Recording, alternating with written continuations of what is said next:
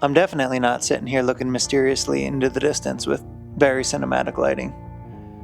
That's definitely not happening right now.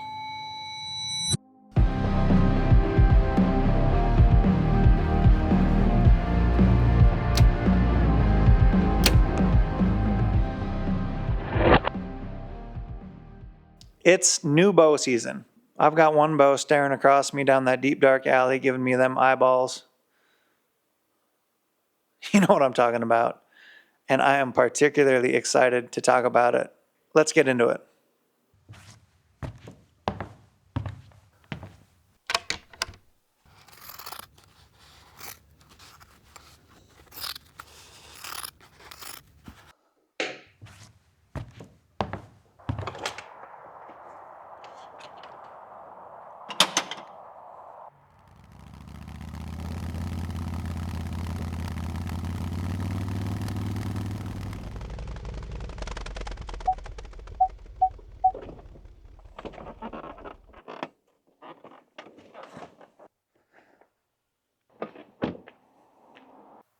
Welcome back to Spokane Valley Archery. We have some bow testing to do. Look at this bow just conveniently hanging out here. It's like it was meant to be. This is the first bow in a couple years, I would say, that certified blew my dick off. Every once in a while, the manufacturer does something special, something that is innovative, brand new to them, and that's what Darton did this year. So I'll turn this camera around, show you the bow, but this is the Darton Sequel ST, comes in 31, 33, 35. The 35 is particularly interesting to me, and that's what we're gonna shoot and compare today. Check this out. These two screws right here are screws that you can adjust to move your left and right tears. Pretty cool, right on the limb. The guys in the shop tested it and told me they were able to move a tear about 1.5 inches. So it's a spacer plus that system. But for most of us, we should be able to get our bows tuned up without a press. Oh, and check this. So right here at the top and bottom of the yoke, there's a system to adjust your timing. So basically, without a press, unless you have to use spacers, you should be able to dial this bow right in. That's pretty cool. Good job, Darton. I'm gonna shoot it a little bit. We're gonna see if we can tune it ourselves. The goal for today is to tune it in less than 10 arrows. We'll see if that's possible. At eyes glance, this is a pretty sharp looking bow. 6.3 brace height. This is 26 to 31.5 inch adjustable. It also has a different mod you can put in for a speed mod, and I guess that gets you 5 or 6 feet per second.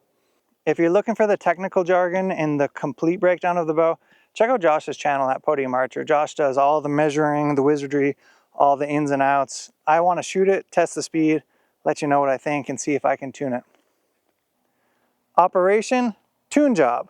Do some fiddling and some cranking and some wrenching. And the one thing I know about tuning is it's 50-50. If you go one direction, it doesn't work. You go back the other direction. That's what I know. Let's hop right into it.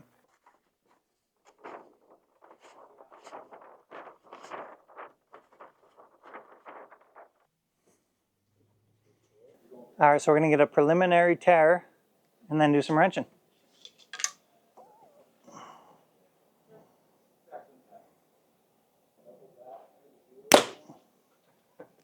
There's definitely shirtless hoodie balking season. Go Lions.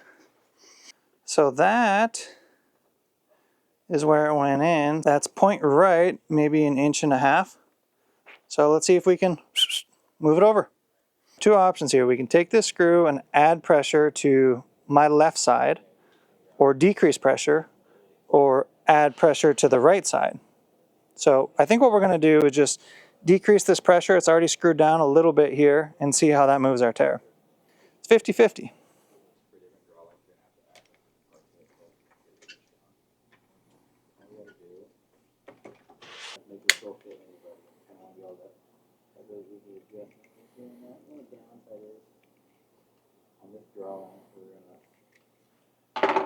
Doesn't feel like the screws are going to wobble loose. At first glance, it's kind of like something I would think about because they're backed out.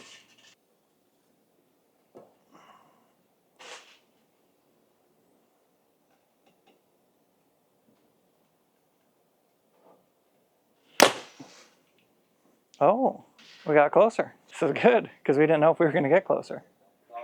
We might get close. I'm going to take the screw and back it out so there's no pressure on either side and see where that puts us. So these come all the way out and you'd want to put them in a special place. What are the chances if I just take this pressure off, it just tunes right up? I never showed the camera that tear, did I? No. I have to do that. If you're feeling frisky and you want to check out some archery stuff, videos like this really aren't possible without an archery shop like this. Check out podiumarcher.com. Discount code TimC will help save some money and it helps support what I do with these videos. Also, you're able to buy these on the website. I'd recommend, if you can, get to your local shop, test it, buy it there if that's the best option. But if you want it shipped to you, they can ship them from podiumarcher.com. Anyway, appreciate you. We'll get back to the video. Tear number 1, tear number 2, number 3 coming up. It's a pretty interesting little system. I'm surprised, whenever I see these things, I'm surprised they didn't like come out sooner.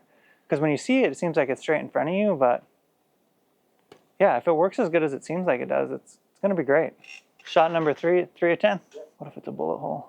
Wouldn't that be crazy?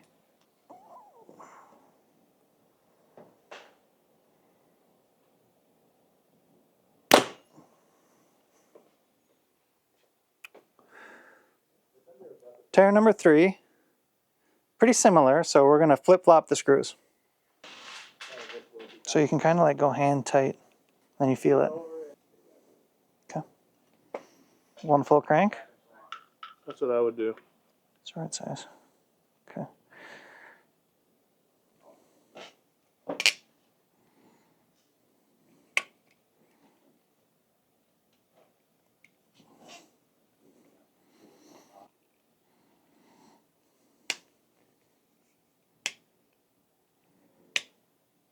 Are you itching to see what this one does?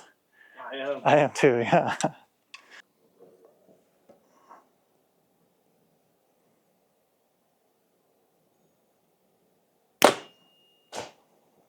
It's very close. 1, 2, 3, 4. We're getting closer. I would say at this point we crank it all the way down and see if it gets us far enough. And if it doesn't, then we run into a spacer situations. In that case, I'd have to call them the big guns, but I think we're going to get it far enough. We'll check it out. I'm just going to crank it all the way down.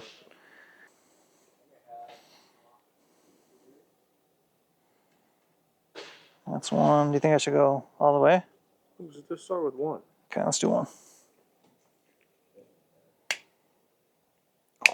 That's kind of at the end of that one.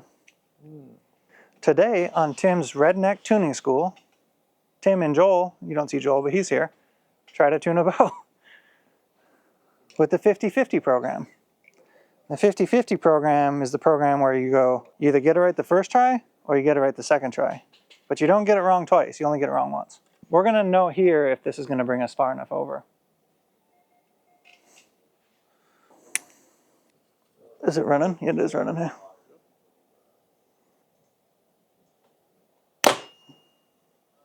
Ooh, that's suspiciously close. 2, 3, 5, and 5. This is great because we're basically seeing right now how far we can move a tear with my setup, 29-inch draw. Yeah, one of them's not cranked all the way down. That one's cranked all the way down. It's not going to do it. It's not going to do it. We're really close. This little line right here is a center shot line, which I think for your average shop tech or someone who's really good at tuning a bow, they'll probably be like, no big deal. I think it's pretty nice because all I have to do is line the arrow up over center shot. And we just double checked it. And as I'm just lining this up, eyeballing it, if anything, I'm a smidge outside of center shot. If we move the rest in, that should cover what we needed to cover. But we're going to be cutting it close for our 10-shot deal. Okay, now we got to get this thing moving to the right. We'll put an arrow on just to see.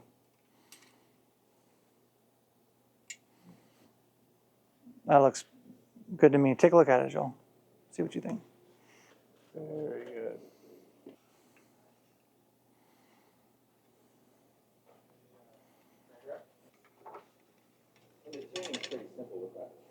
Shot number 6. It wouldn't surprise me now if we got to come back.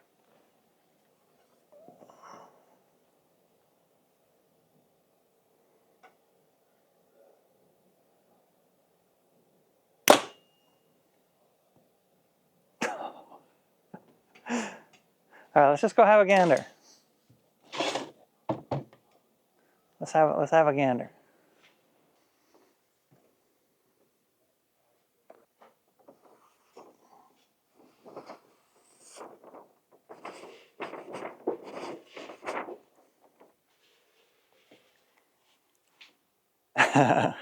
Call it skill.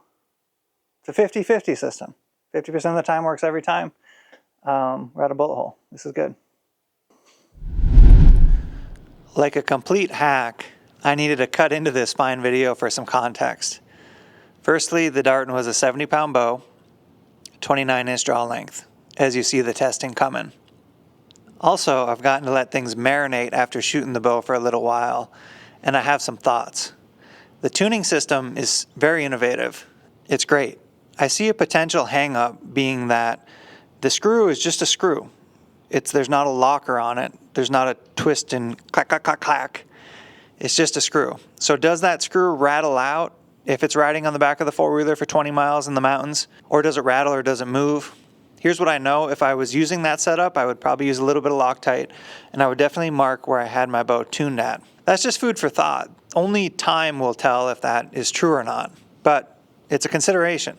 And speaking of considerations, subscribe to the channel. Subscribe. Let's get back to the video. 2024 Arrow. Let's see what it weighs.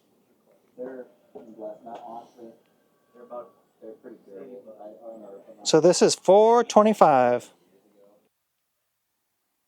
First up, my Elite Ethos. This has been a great bow this year. In fact, it's one of my favorite bows I've ever owned. Speed test and a comparison for you. 425 grain arrow.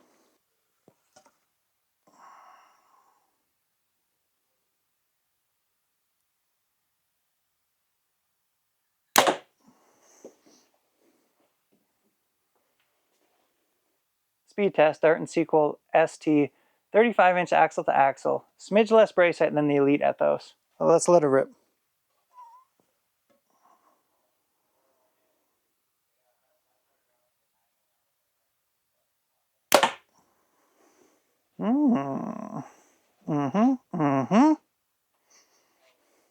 Darton Sequel ST. I gotta say, it's an impressive bow. Shout out to Darton for making it. You know, we're just at the beginning of bow launch season, and this is coming out of the gate swinging. It'll definitely be a contender for the bow I shoot in 2025. Still more to come on that. I will test these bows, the ones that are interesting to me as they come out, share it with you. Let me know what we think. If you have any questions or something I should add to this kind of a first impressions video, let me know down below in the comments. And Darton being a company that traditionally isn't one of like the big three, it's cool to see them come out swinging. You know what I'm saying? Like Mike Tyson and Jake Paul coming up in November.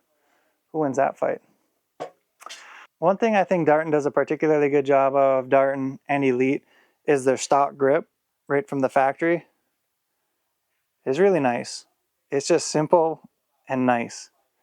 No funny business. Now, you don't have the option to customize like you do with some other brands, but maybe there will be a third party that ends up making something for this. So this bow comes in 35, 33, and 31, which I think is pretty interesting that they didn't just do 2.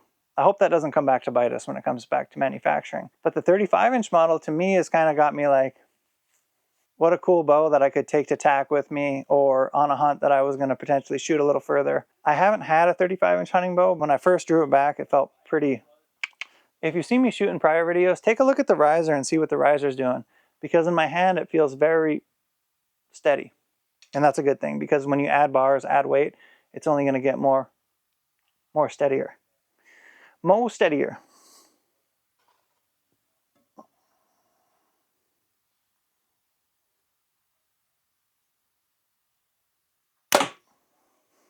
That feels really nice. Honestly, draw cycle wise, I would say it feels Almost similar to my Elite, maybe just a little stiffer in the front, but it's very even all the way back. No funny business like you might have on a speed bow where it rolls over hard. Feels good. Yeah, more to come on this.